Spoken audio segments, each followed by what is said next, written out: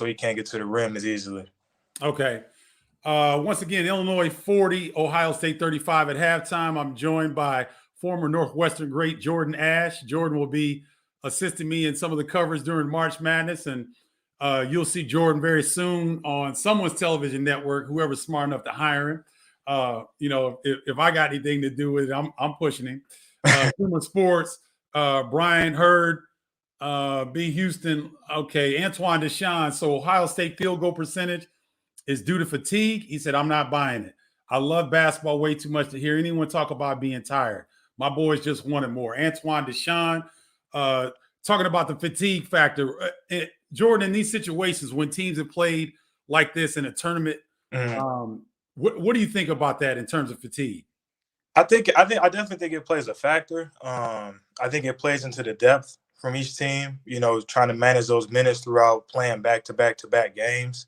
But in today, I mean, it's a championship game. I think for your top guys, it might take them a little longer to get going. And like I said, you saw Dwayne give his team some juice there. But I definitely think fatigue plays a factor, man. I mean, Illinois has played 2 games where at the end of the game, Io is icing his knees. He's Great point.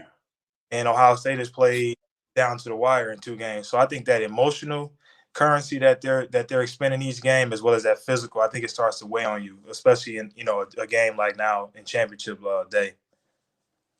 Yeah, and I really think that Ohio State is really missing Cal Young. I mean, Justice Suing is banging. He's been physical. EJ Liddell's been physical. I think they've done a fairly decent job. Kofi did. Let's see. Coburn has 11 points on 4-6 shooting.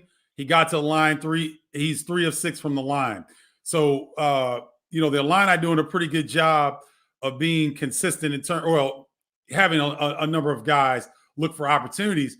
And Justice Suing has got 9 points. Washington Jr. with 15. But they've done a really good job, I thought, on EJ Liddell have the Illini defensively. What do you expect to see in the second half, Jordan? Well, I think, now that Ohio State was able to make that push, obviously that's giving them some confidence. But I think what I'm looking for is to see how Curbelo is going to affect this second half. You saw DeMonte Williams make some big shots in the first half. So now it's going to put a lot more on Curbelo and Io and those guys to see how they're going to close the game out. And on Ohio State's side, to see how they can get EJ involved. Like I said, he's got Kofi on him. So is he going to be able to take, if he has a speed advantage on Kofi, are they going to put him in some pick and rolls? It's going to be interesting to see how they utilize that matchup. And as well, see Dwayne keep going. He's going into the locker room feeling good about his game too. So it's going to be interesting to see what adjustments they make. But those are the 2 things that I'm really looking for. Let me get to some comments here on IG because IG is starting to pop a little bit. Does playing 4 straight games opposed to 3 play a factor for Ohio State, says Luke Martin. Definitely, Luke, I think because as Jordan just talked about, fatigue is definitely a factor. The overtime game, then the last possession game against Michigan. So, I think Ohio State is a little bit fatigued, but I'm of the mindset, Jordan, I don't know how you feel, but I don't ever want to hear fatigue with 18 to 22-year-olds. I'm just going to kick it real. I used to drink 2 40s, hang out all night, and then go play, on 3 hours of sleep. So I ain't trying to hear that, man.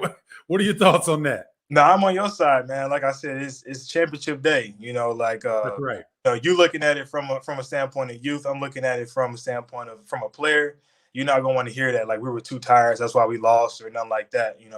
It's there, but you got to ignore it and just do what you got to do to win a championship. I totally agree. For those that are just coming in, I'm joined by Jordan Ash, former Northwestern great, soon to be broadcast analyst in a network near you really soon. And he's kind enough to help me out with some of the coverage throughout March Madness. So get used to seeing his handsome face because he's going to be around a lot. Steve King says, Io maybe should go left one time. He'd leave them in their tracks, need to take threes. Bucks are giving us. Io passed them up and it led to turnovers. You want to touch on that, Jordan?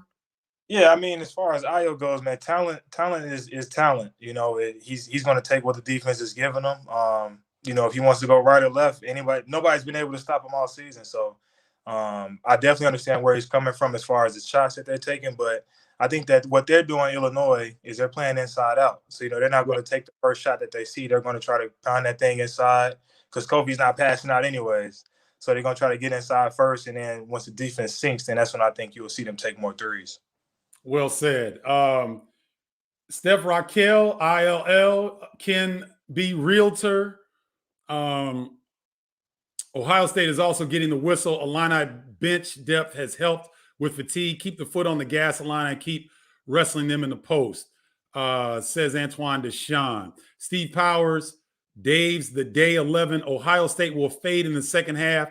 Can't keep up this pace. 10 or 12 shooting will even put them, they'll finish around 45% from the field. So Dave, Jordan, I think is alluding to the fact that Ohio State got off to such a poor start. I believe they were 1 of 18 to start, but then they kind of got hot. Let me pull up their stats here. All right, so Ohio State up to 11 of 28 from the field, just shy of 40%.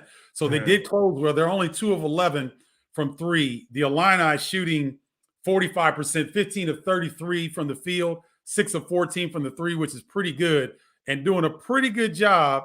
It's about even on the glass. Yeah. So moving forward, real quick before I let you go, Jordan, what do you think is going to shake out the second half? I mean, I'm a big proponent of the law of averages. I think it's going to, the percentages are going to be what they're going to be. I think it's going to come down to offensive rebounding. And like I said before, if Io is going to be able to be a closer, or if Dwayne Washington and EJ Liddell can cancel him out, I think that's going to be big because, like you said, with no Kyle Young, Kofi has opportunity now to take this game over from a front court perspective.